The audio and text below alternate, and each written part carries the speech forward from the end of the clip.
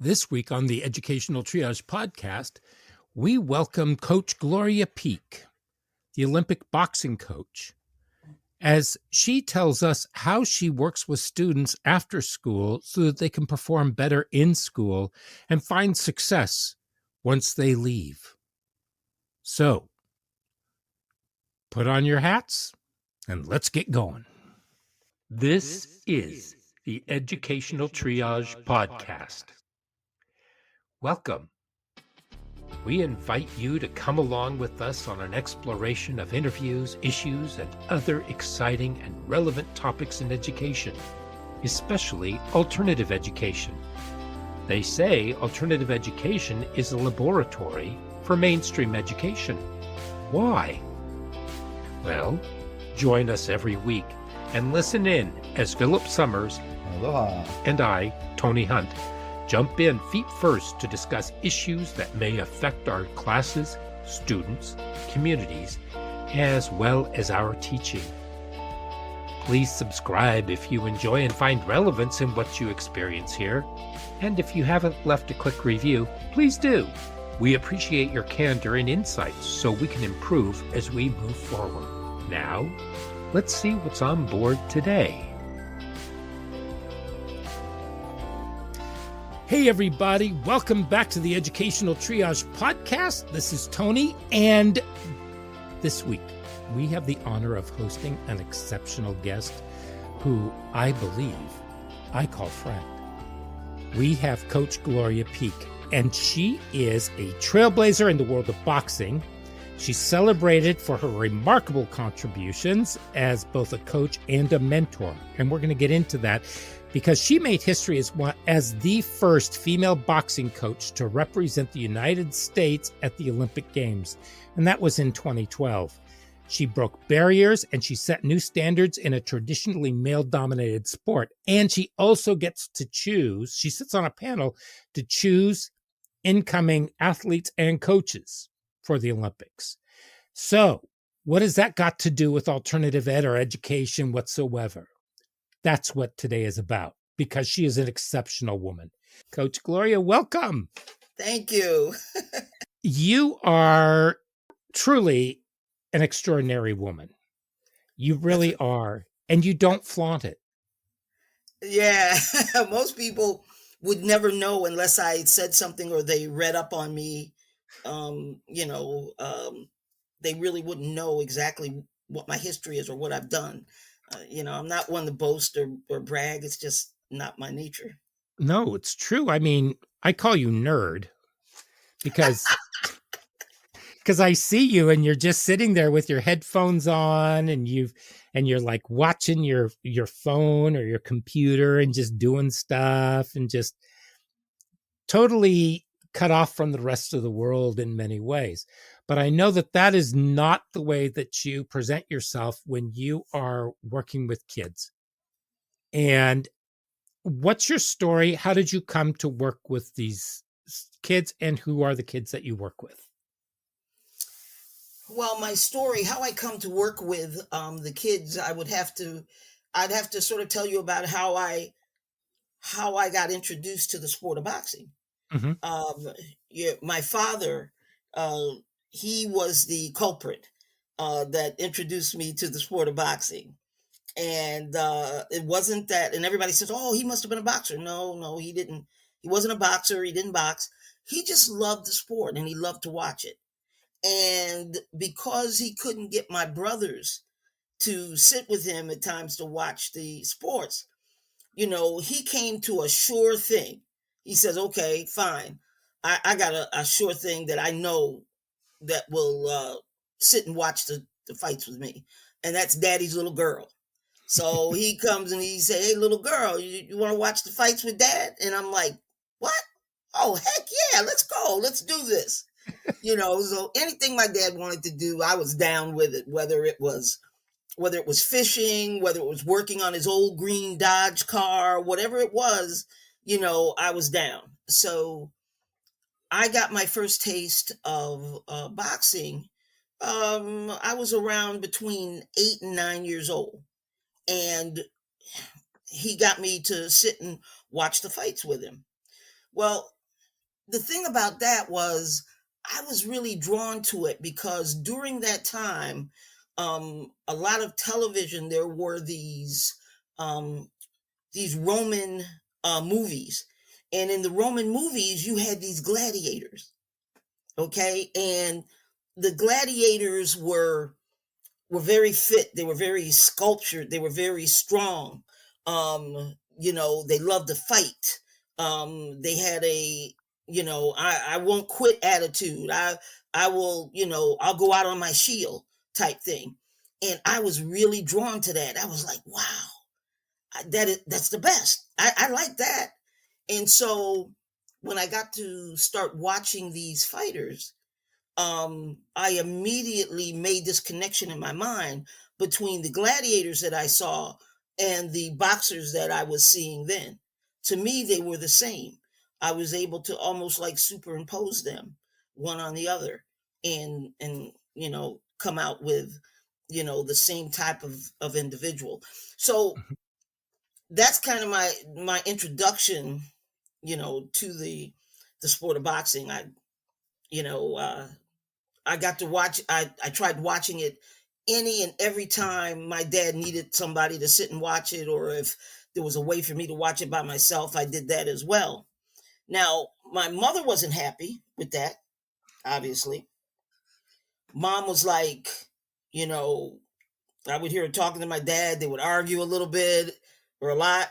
And she's like, she's a girl. You're not supposed to be having her do this boxing because now I'm running around the house hitting things, punching. I don't know what I'm doing, but I'm imitating what I'm seeing they do on TV. So I'm hitting, I'm punching. It's feeling good. My brothers are like, leave me alone. I'm going to hurt you. Nah, you won't. And, that kind of stuff. So my mother wasn't happy with that. And she wanted me to be in the kitchen. I didn't want to be in the kitchen. I felt that was for somebody else, so it caused a little tension in the house, but it didn't sway me. And, my love for it stayed it began to grow. So when did it actually take shape where where you decided you wanted to box? That wasn't until years later, wasn't it? Yes, that was years later. I wasn't able to really do anything with it, until, I had, uh, I had gone in the military. Mm-hmm. I was in the Navy for a few years, and um, I got an opportunity to learn a little bit more about the sport from these old salty dogs. That's what they used to call the Navy guys, the salty dogs. And, I would go to the gym and they would be in the gym. They'd be hitting on the bag because they always had bags and everything there.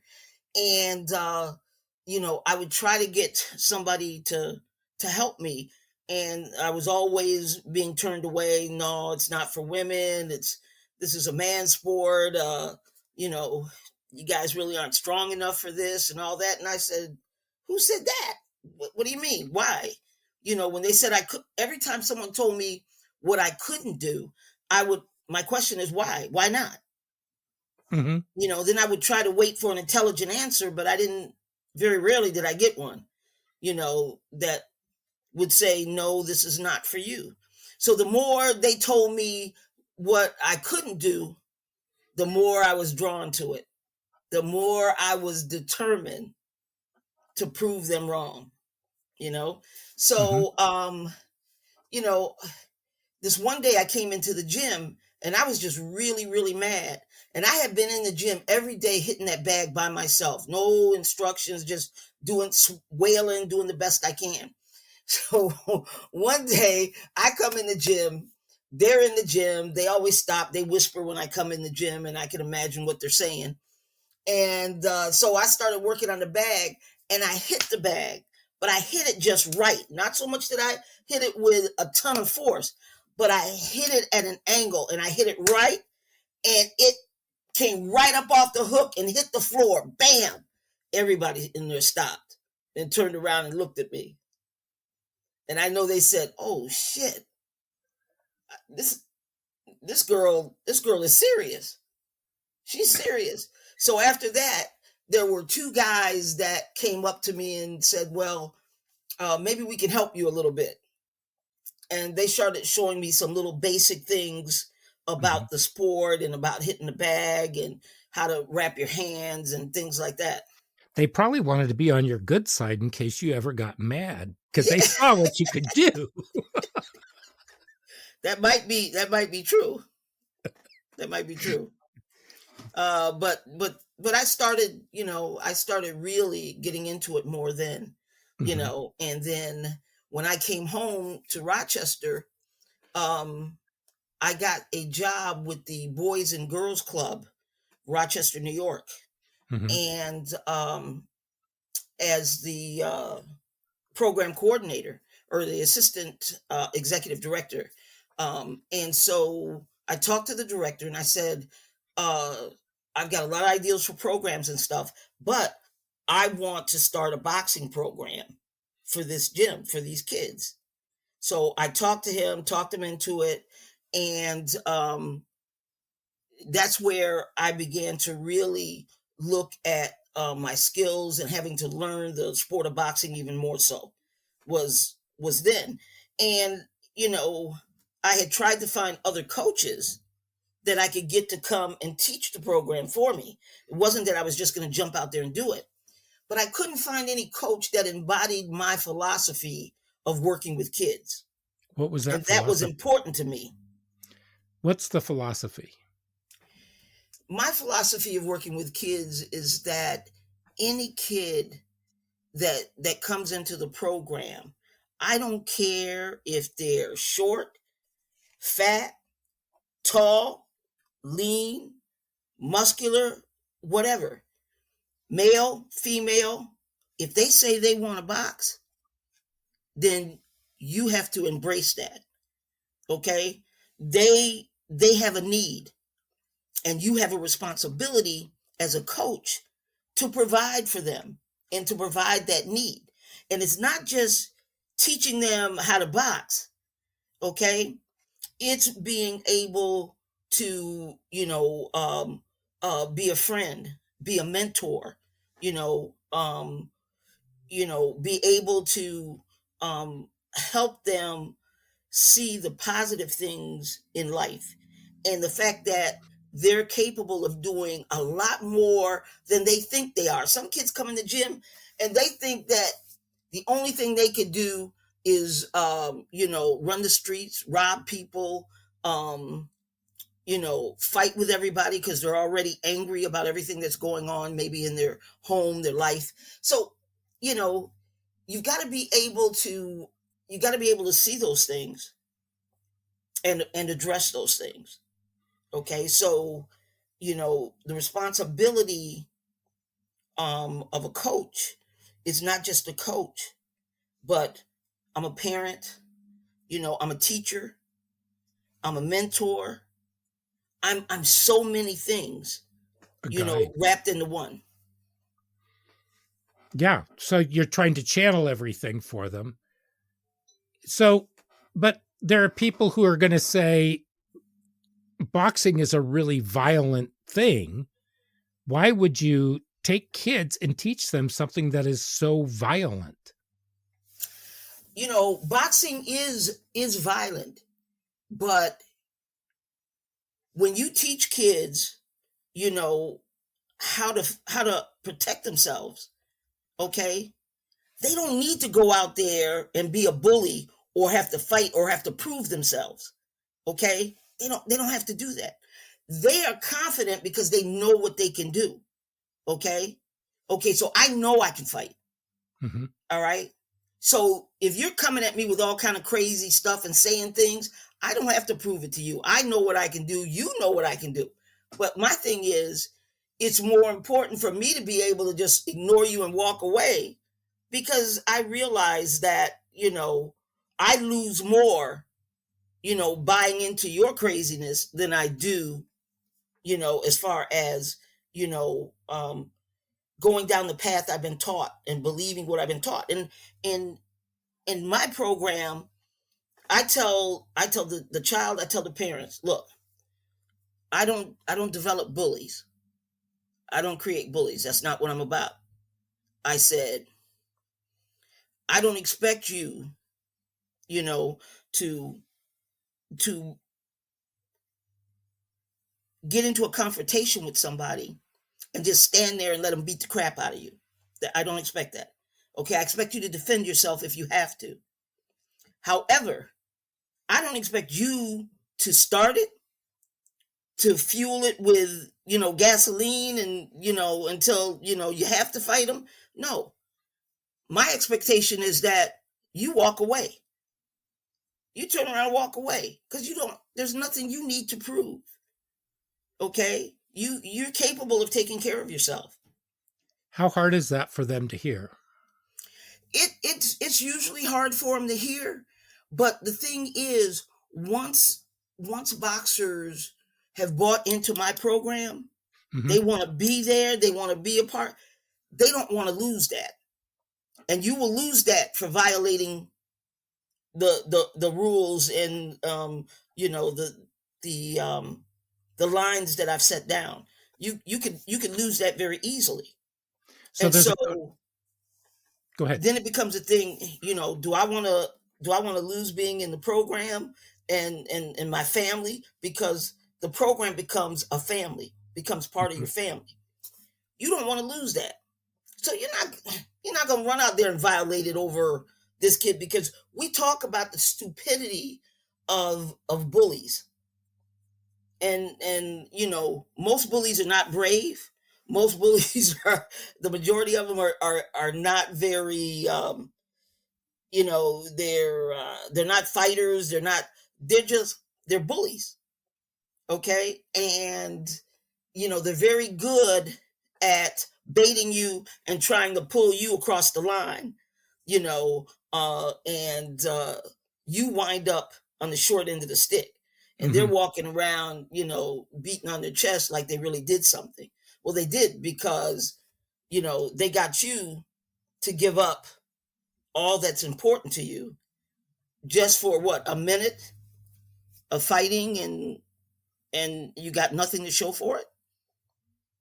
So yeah, people don't understand, and people say that to me all the time. You teach a violent sport, you teach boxing. How can that be good, for kids? And I said, well, I can put you in touch with hundreds of my kids. I've taken thousands of kids through the program. And I would say the majority of my kids, 90%, they've graduated from college, or from high school. They've graduated from college. They have professional fields. They'll tell you, about my rules and, what you can and cannot do. And they will tell you they won't violate that no matter what, because they don't want to lose that family connection. They want to be in that family. Is this an after school program? Is it a once a week program? How does it operate? It's after school. And at the height of my running my programs, I was doing it 5 to 6 days a week. And I would work a full-time job. So I'm working 8 hours because I'm a correctional officer, working 8 hours. Then I would leave work, go to the gym, and put in another 5 hours. So yeah. So you were running yourself ragged. But there were times that I felt that. But I bet too that there were times that when you left your 9 to 5, let's call it, your juvenile corrections job, and then you came in and met with the kids, that just the energy and the flow probably lifted you back up. It did. It energized me. People say, well, how could you go and do that for those many hours with all those kids running around? Didn't that drive you crazy? I said, nah, I love being with my kids. I guess I was crazy, but it can be a joyful crazy. It energized me. Yeah. Yeah.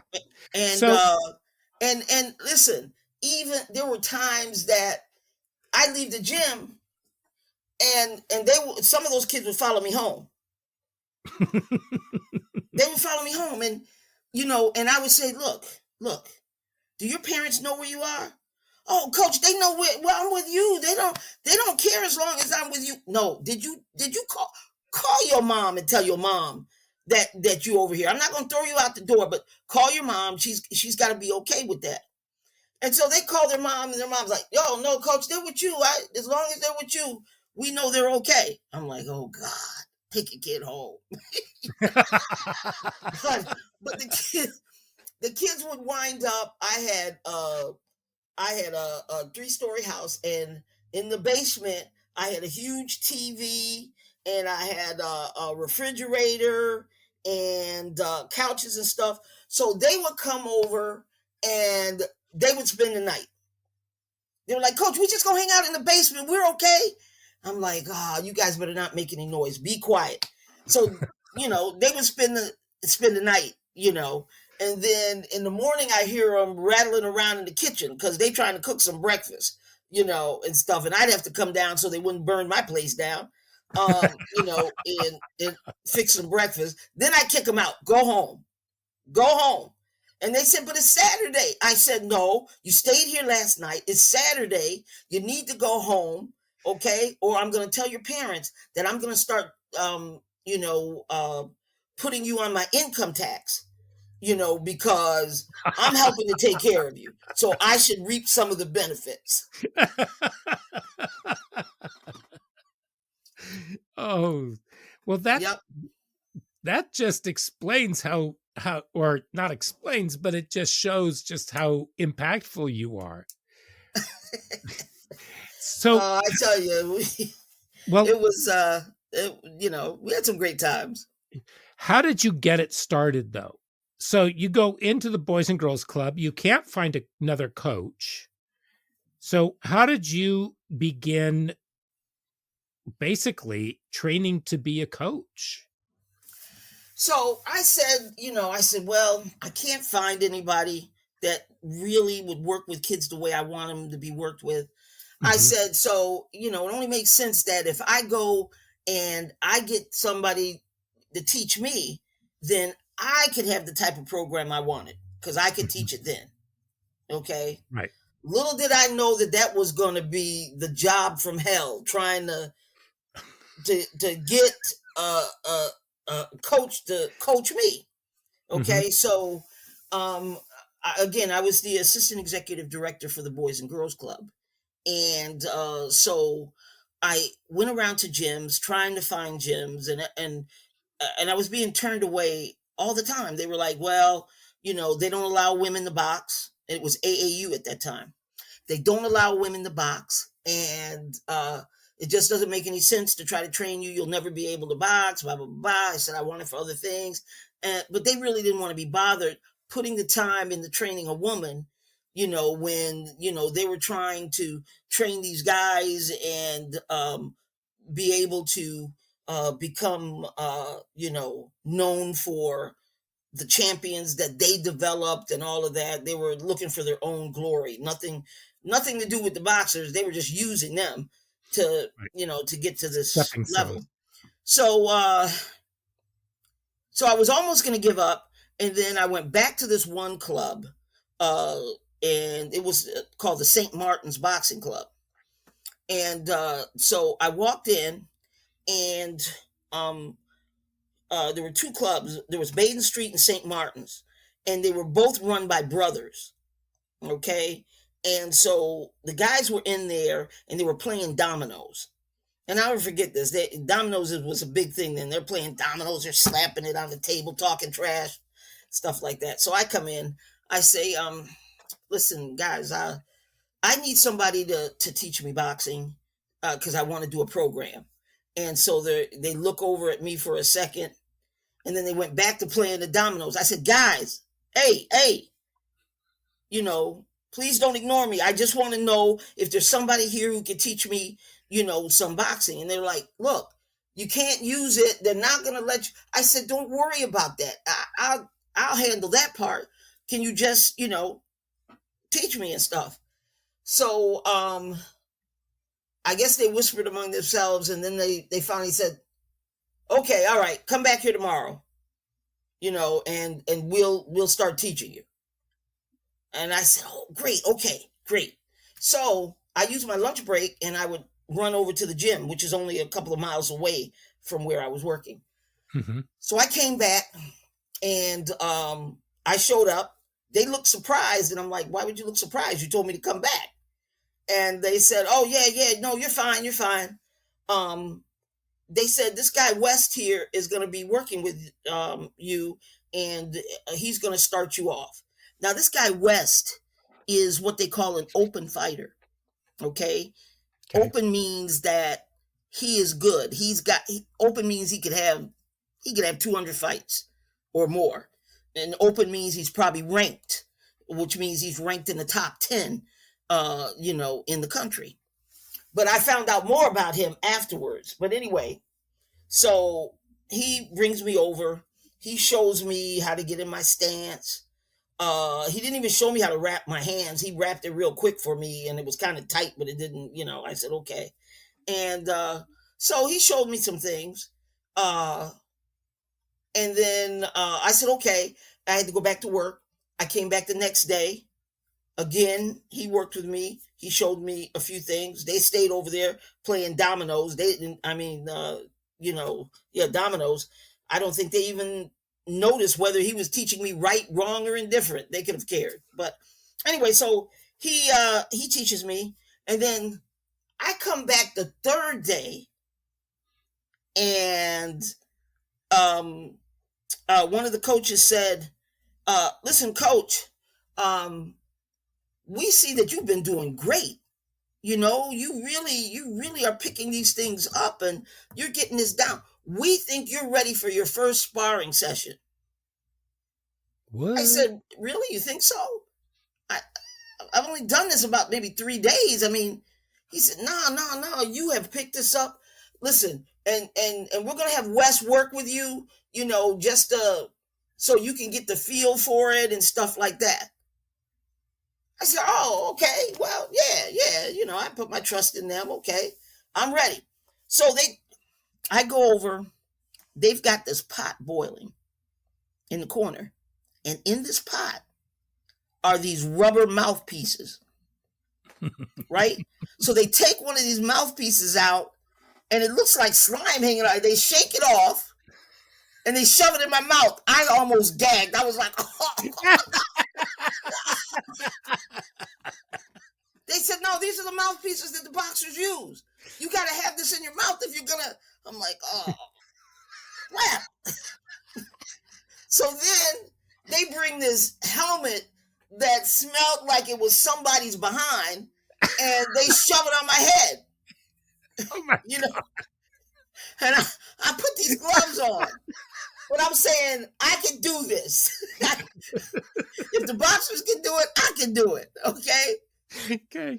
Little did I know, that's not exactly how you do it. Mm-hmm. But anyway, I put it on, and I go in there, and I'm ready. And he said, just throw the punches the way I taught you to throw them. I said, okay. Now, they don't tell me that this guy is a lefty. Okay? There's a big difference between a lefty and a righty. Mm-hmm. Okay? And lefties are very difficult to fight. You have to learn how to fight a lefty. Okay? Because if you don't know how to fight a lefty, okay, you're going to wind up looking like I did when this was over. Mm-hmm. Okay? So I go out there, and I'm punching, and my punches are not hitting him, but everything he's throwing is hitting me. As a lefty, it's coming the opposite direction. And if you're not trained to see that, you don't know which way to go to get out of the way. So, of course, I was getting hit with everything he was throwing. He wasn't getting hit with anything I was trying to throw. Okay? So he's hitting me, bam, bam, bam. Next thing I know, my left eye starts to close. Oh, no.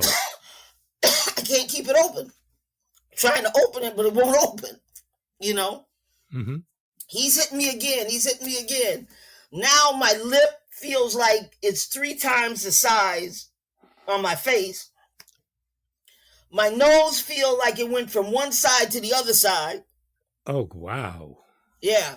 So I took the beating from hell. It sounds like. Yeah. And these guys are over there, they're still playing dominoes, and I'm getting beat up in the ring. Mm-hmm.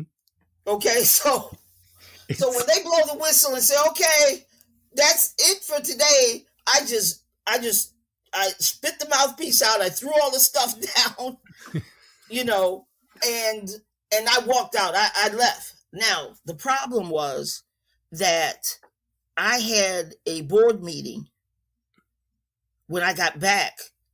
I knew I had a board meeting to go back to. I went back to a board meeting, okay, with one eye closed, huge fat lip, nose on the other side. I looked like somebody had just, grabbed me off the street and just beat me down. But the thing that bothered me the most was everybody in that meeting looked at me, and I know they had to have said to themselves, damn, what happened to her?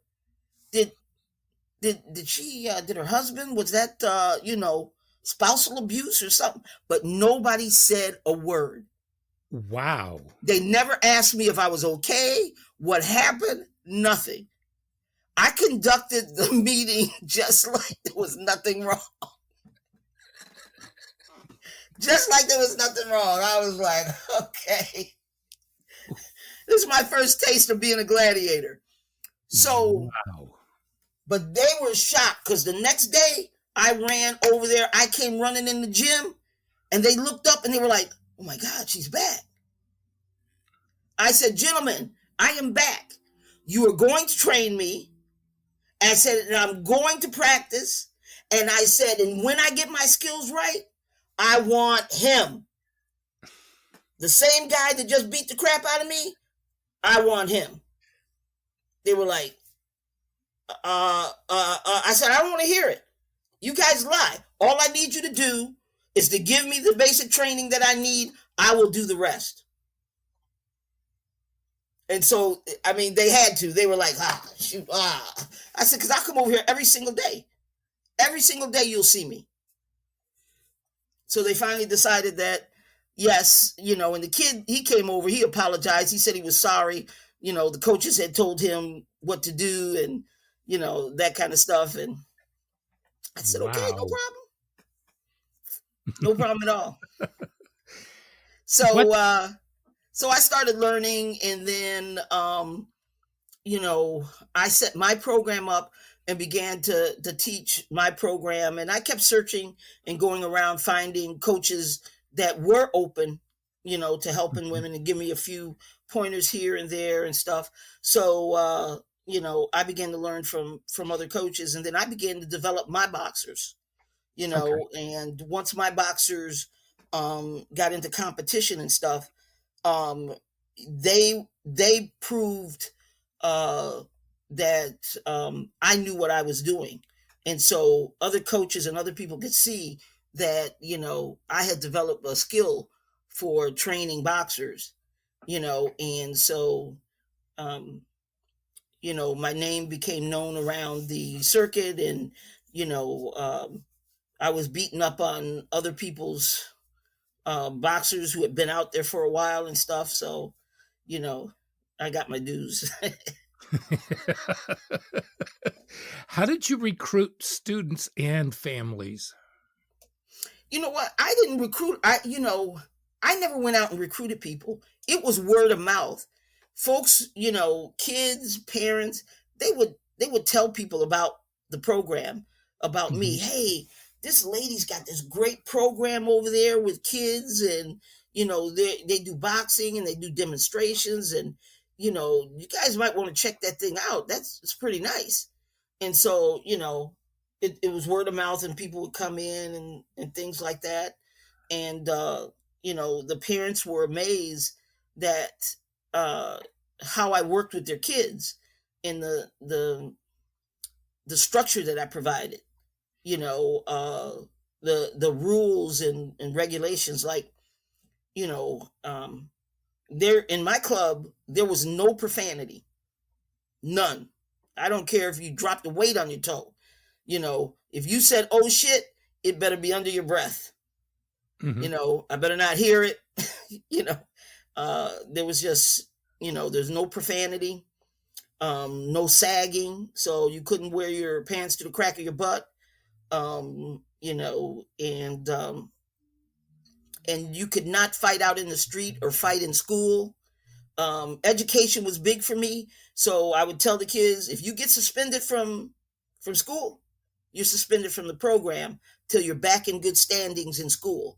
Then you can come back to the program. But if you got suspended, you couldn't come to practice. Did you do anything with grades or attendance? Oh yeah.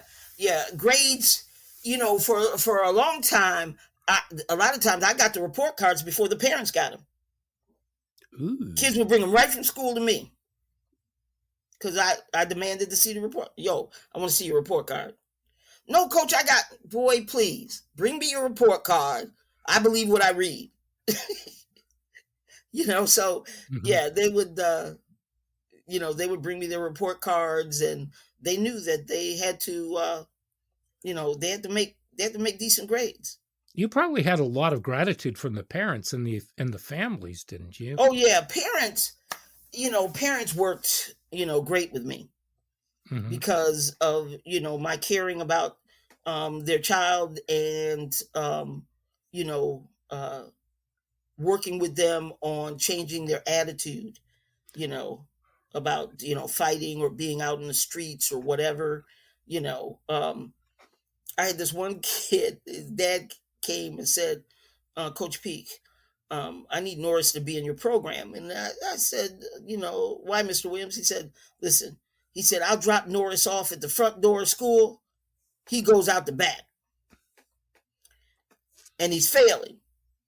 He says, I hear your program can turn that around. I said, well, I believe I can do a little bit.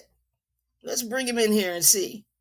And I knew Norris did like boxing because I'd heard he liked to box. So once I get a kid in and I get him hooked on my program, it's a wrap. I don't have to worry about him. What if a parent wants a kid to come in and the kid just doesn't want to? What happens? I usually will go and, I said, well, let me go talk to him, and see if I can, get him to come in and, and I don't force him. I just, hey, come on in. Just, sit around, look, see what we do. Are there kids that are intimidated by it? By coming in?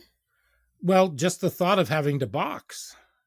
Some kids, they're afraid because, in their mind, they think they're weak and they think they're not capable, And so my thing is I work on that. Okay. I'm like, yo, you just as capable as anybody else. Well, coach, I don't know. I'm not doing my jab well. I said, baby, it takes time. It's not going to come overnight. It's going to take us a little time. But I guarantee you, if you stick with it, I'll stick with working with you. It'll happen. And how long does it take for kids to really have bought into the program? Is it like a week? Is it 2 weeks to where you feel as though they've actually internalized? And it's not just going along with the crowd and a feel-good thing, but the discipline that you teach them, the attitude, every aspect of it is imbued in their DNA. Okay, well, for some kids, I mean, some takes longer than others, but this is how I know when a kid is brought into my program. I could be in my office talking to a parent or talking to somebody, and I just have closed the program down and say, okay, guys, you're done, you can go. There will be a line at my door. Okay. And that line will stay there until I acknowledge them and I give them a hug. Okay. Because I never let any of my kids go out the door without a hug. I hug them and say, I need you to be safe out there, baby. Okay? Please, for me, be safe. All right? You need anything, you call me. And that's every kid every day. Now, when some of them start, they don't, they'll pull back. They don't want to be hugged. So I won't hug them, but I'll be like, I need you to be safe. Be careful out there. But they'll see, every kid lining up to be hugged, and me telling them to be safe out there. And after a while, they wind up in the line too, because they want that hug. They want somebody to care, and they know I care. And so, I mean, some kids, it may take a week, 2 weeks. Some kid, it may take a month. I give them that space and time. It's going to be okay. It's going to be okay. As long as I got them coming in there every day, the chances of them, coming around is great.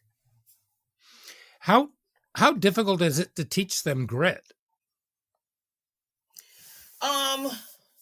Because some kids, I know that with some it's pretty simple. I mean, because they've developed it as they've grown up, but then there's other kids who, let's just say that they've been spoiled or entitled, and parents, just to shut them up, will give them whatever that they want, but then there finally comes a breaking point on the part of the parents, and let's say that they bring them to you, and that kid actually has no real grit, but every kid, I believe, has the capacity for that.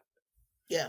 How do you break them of that entitlement and bring them around to see that they really aren't all that? And I'm going to presuppose that some of these are the bullies that you were talking about. Mm-hmm. Tell me about how you would deal with something like that, or how you develop grit.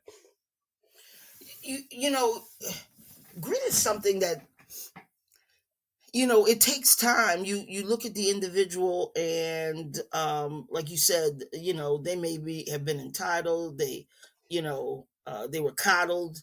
They didn't have to work hard. But breaking the grit is, if you're in a program like boxing, which requires a great deal of strenuous work and exercise, like you were doing with your weights and stuff, you have to go through the program with everybody else. So if I'm doing my conditioning with folks, you can't get off by just, either sitting over there taking it. No, son. One, the other boxers are not going to let you get away with it. They're going to be like, yo, boy, you better come on, man, because if coach gets pissed off here and come out here and hit all of us for what you doing, or we coming at you.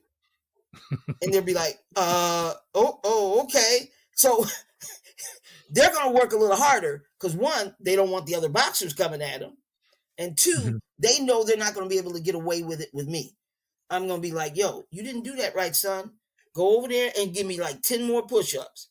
Soon as you get it right, we done with the push-ups. But if you're not doing it right, you're going to be doing push-ups for a while. So, it's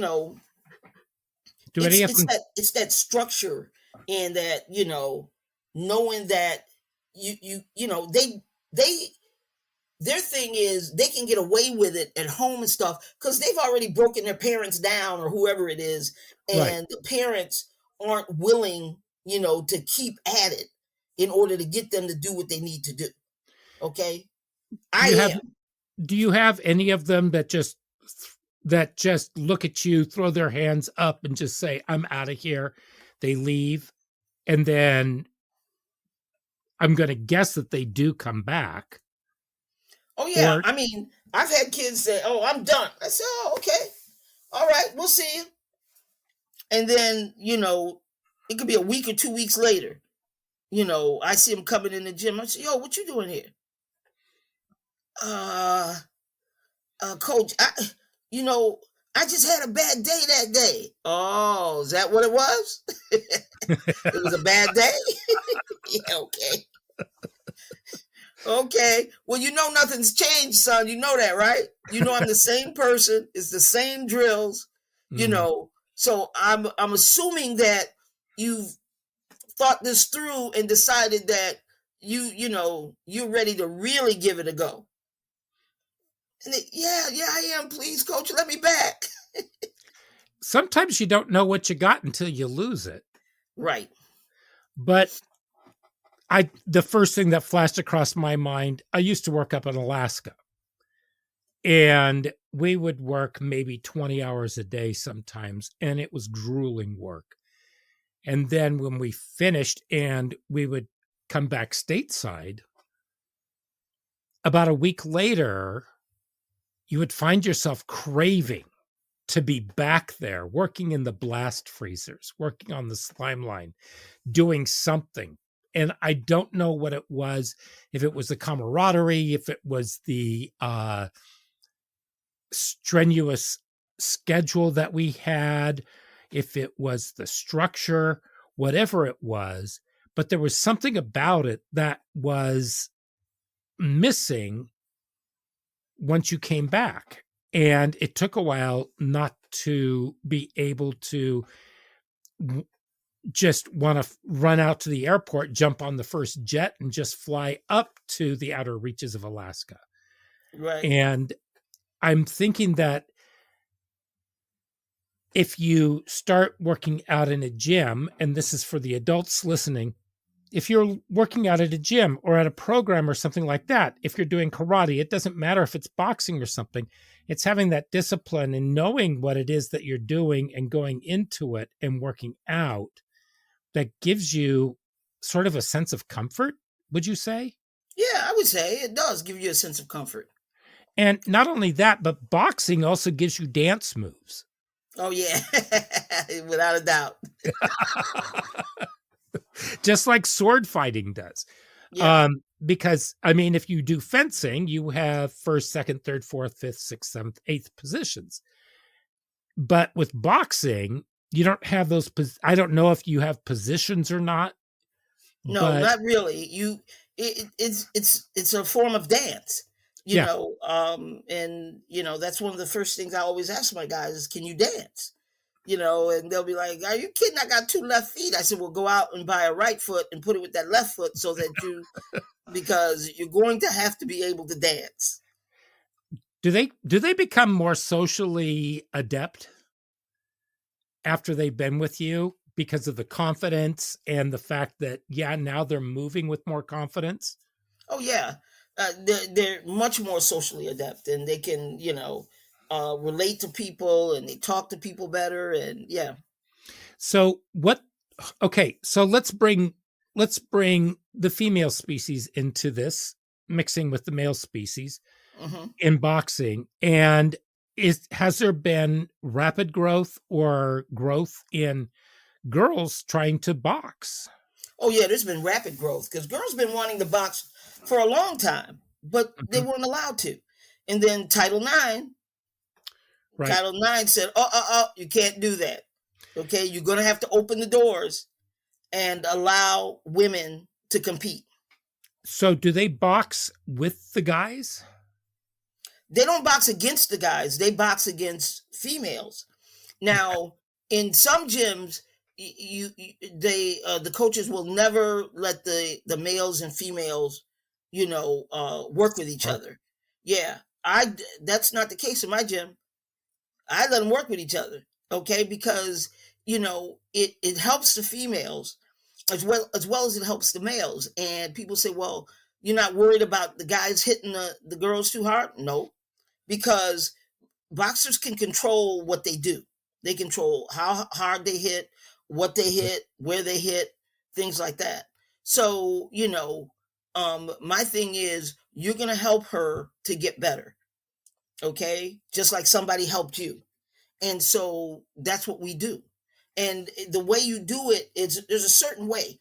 You just don't put, like, if a guy's 154 pounds, you don't put him with a female who is 154 pounds. Okay. So the woman that's 154 pounds, I would probably put her with a guy who is, let's say, 130 maybe, or 125 pounds. Okay. Because men carry their strength in their upper body. Women Okay. carry their strength in their lower bodies, their ability to move, to pivot, to things like that. They don't hit as hard or as strong as the guys, although there's some women out there that can crack. Mm-hmm. Believe it. But you know, on an average though, you know, it's not the same. So you try to equalize it by changing the weights, and therefore it's a little more equal for them to be able to exchange, blows, if you have it, uh, Okay. lower weight against, a upper weight. So the girl would be heavier and the guy would be lighter. So, how does boxing work with the brain? In what way? You mean like if you're getting hit? No, I'm not talking about bouncing the brain. I'm talking about how does it stimulate the brain and just because you have to be really conscious when you're in a fight in order to be ready for whatever's coming at you, right? Right. Because you have to be able to react.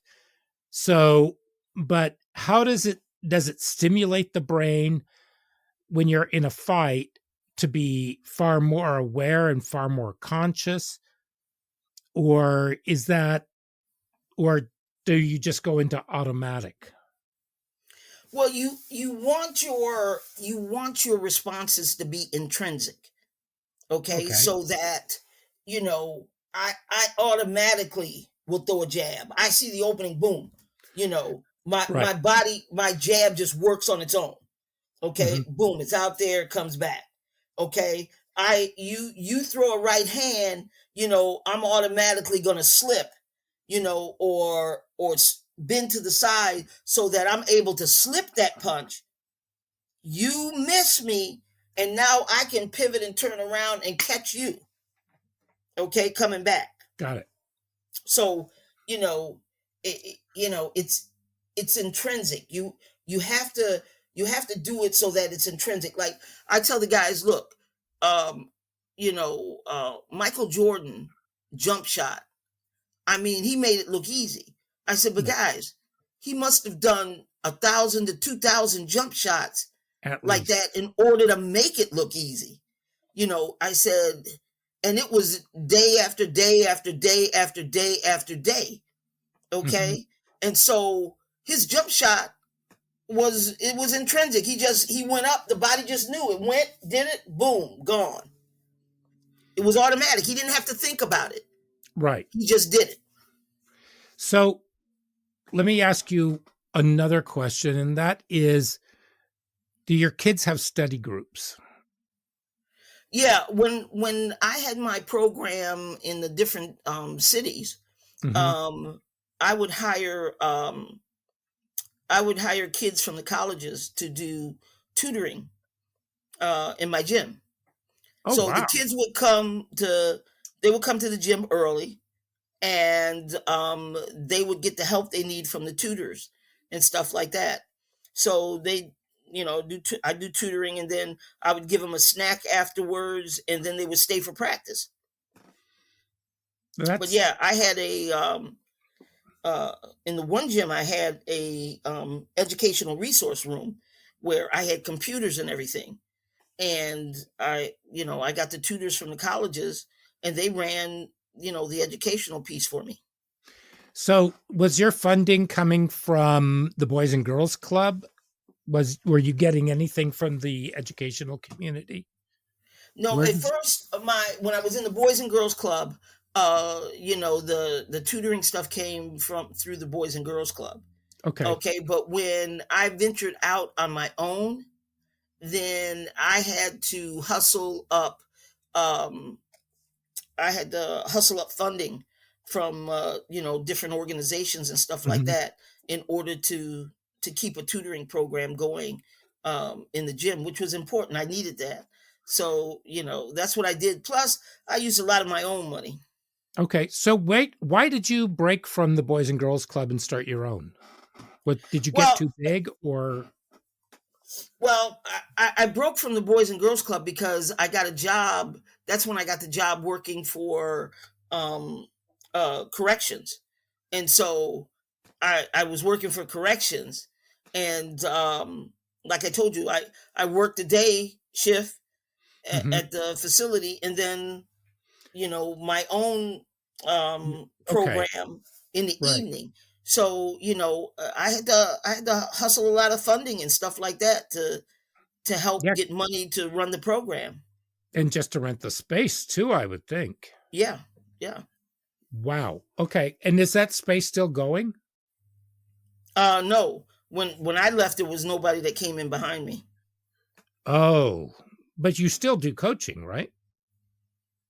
Yeah, I mean, I coached. I coached in let's see, Norfolk, Virginia. I coached in Rochester, New York, Mhm. and I coached in up here in New Jersey. But the one here in New Jersey was part time. Okay. Okay. Because you're retired, Yeah. but you still like to dabble your toes in it. Oh, I still coach now, even though Yeah. I mean, Because I you've had don't some. have a brick and mortar place other than I go to this gym in Largemont, Okay. which is about an hour and 15 minutes from here. Okay. I go there and take some of my kids there, and I work and help Jackie there. So there are still kids that are involved in the boxing. Yeah, I still have a couple of kids from my program from Willingboro. I have two kids that I coach that I take that are part of Jackie's gym now. Okay. And you have kids that from your past that are coaching and Yes. doing that, but you've Yeah. also had some very special surprise guests for your kids as well, correct? Oh yeah. Like Yeah. I would bring some of the pro guys that the big time pros. like Uh, who? well, I had, let's see, it was Clarissa Shields Okay. that I coached to her first gold medal, and then Keyshawn Davis, who won a silver in the this last Olympics. Oh, okay. Where is that, in Tokyo? Yeah, and then there were people like Because I think you talked about it in one of your podcasts. let's see, oh, Andre Ward. Okay.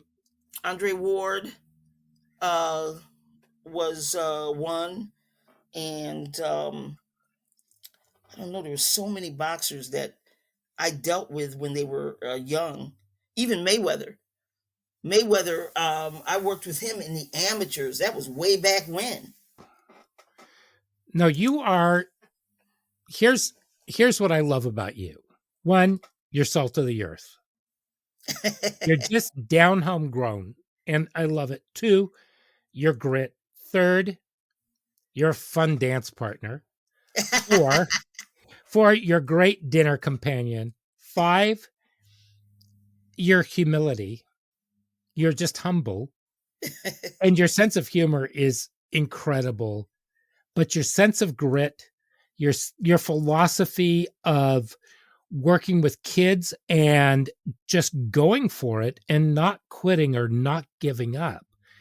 And I know that there are a lot of teachers who are out there right now. And I'm going to throw, maybe this is kind of a curveball, but they're dealing with a lot of these kids who have the coddling and the entitlement issues and everything in their classroom. And you're able to do it because you're a coach and you have them for a bit, and you are able to form this huge, long relationship with them. What would your advice be to these teachers who have these students who come in and they, and you're not getting any support, but they really want to work with these kids. Do you have any advice for them? I admire teachers because I think their job is extremely difficult because they don't have the support from the administration. Mm-hmm. The type of support that they need. If they had the support from the administration, it would be easier for them to reach these kids and do some of the things with the kids that I'm able to do. You know, um, but the administration seems to be so pansy that if a teacher comes in there that's strong and wants to deal with them, they want to sort of tie the teacher up, Yeah. yeah, or get rid of the teacher, which makes it very difficult to be able to do anything, because what I have is that you know these kids these kids want to be there, or they're coming there and parents are bringing them there because the parents want them to be there, and so the parents support what I do 100%. Mm-hmm. And one of the kids that I coach, he's always saying to me, he works in the school. He's an older guy. He works at the school. So I'm always saying, I said, Jordan, I said, you want me to come to your school and deal with your class? He said, Coach, he said, they'd probably fire you the first day. I said, what? He said, the way you talk to them kids, he said, no. I said, the problem is you guys coddle them. It's not like I curse or anything like that, but I'm stern. I'm like, if I tell you to sit down, I'm not going to tell you 8 times to sit down. Okay? You're lucky if you get me to tell you twice. Because the first time I tell you, I expect that to happen. Okay? Son, sit down. I'm not going to tell you again. Okay? Teachers unfortunately can't even use that kind of tone of voice, because if the kid runs back and says she raised my voice at me, the teacher has no support or anything. So it makes it much more difficult for them to be able to reach these kids, because, they can't even get to first base because, the administration won't help them. I had a complaint from a parent who told me that I had been yelling at their kid. And I said, I never once raised my voice with your kid. And so we looked at the kid, and the kid said, you were yelling at me. And I said, how did I yell at you? In fact, that was a day where I had my voice down really low and I just didn't want to be loud. And I was trying to be, you yelled at me with your eyes. And the parent said, stop doing that. And I thought, oh my gosh, you've got to be kidding me. So it is at a point of ridiculousness, so if we don't have, I admire you in so many different ways. And I want to thank you because I am so gratified and so thankful that there are people like you. Well, there's nobody else like you. I mean, you are one of a kind, but that, kids want common sense. They want somebody to put down structures for them. Yes. And they want to know that there is a way to follow. And I had a talk with this one parent, and she said, what do I do? My kid is completely out of control. I said, you've got to start putting in structures and you have to stick to your guns. And she is going to just fight you tooth and nail. But within a month or so, things will calm down and it'll get better again. And it did.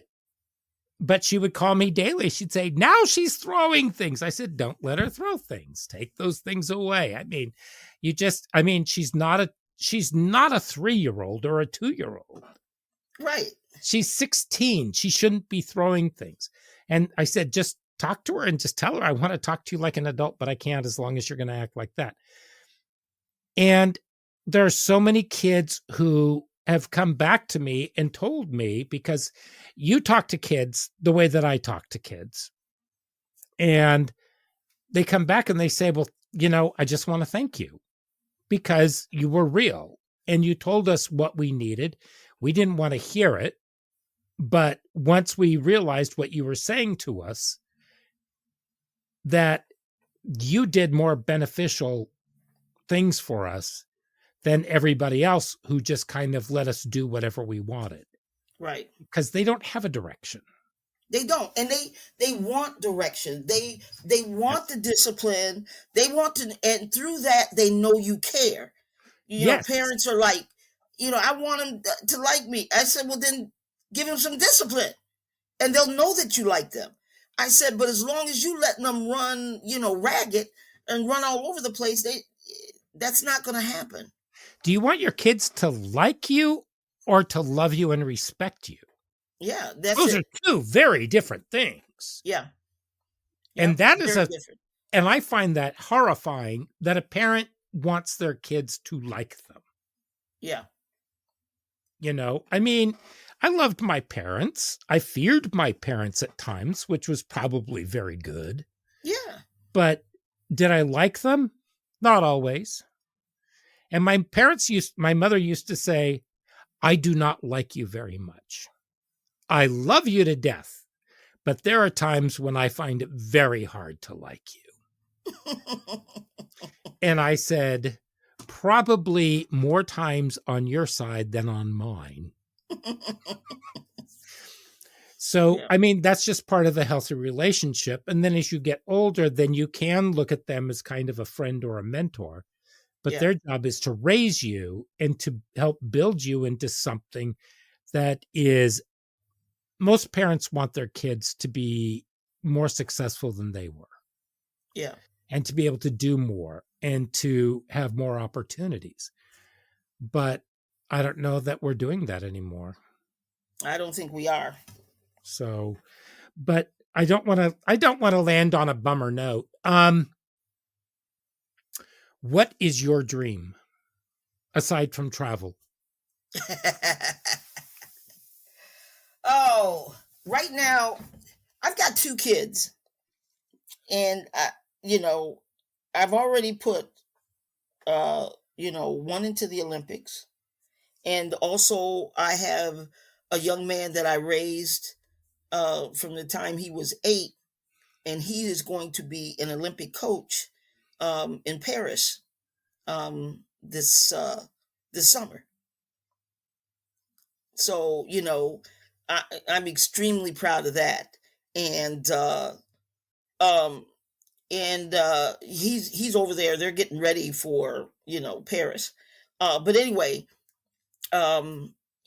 he's walking in my footsteps, and so that makes me very proud that he's come behind me and become an Olympic coach. Are you going to pay them a visit this summer? No.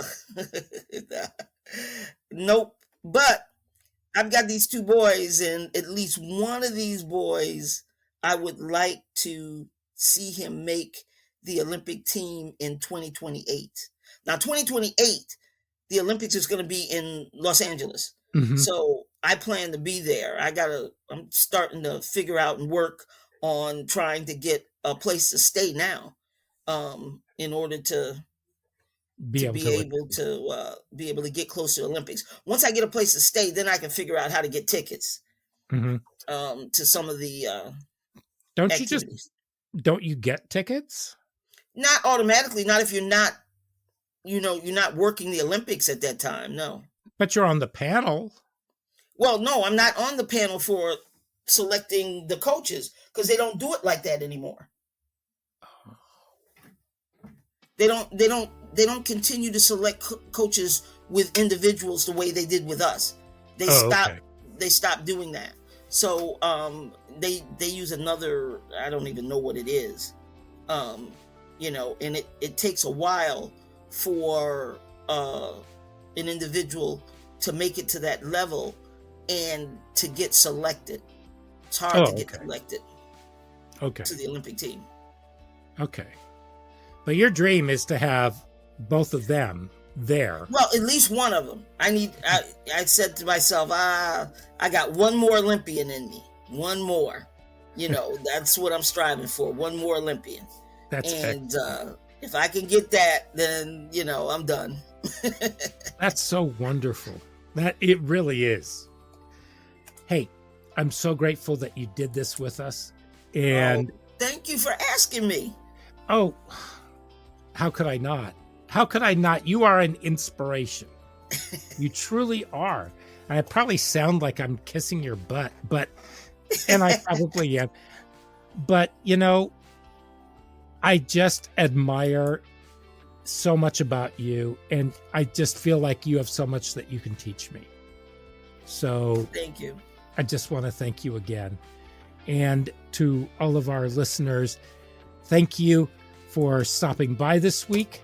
And we'll see you next week for another episode. Until then, keep your feet on the ground while reaching for the stars. Bye-bye.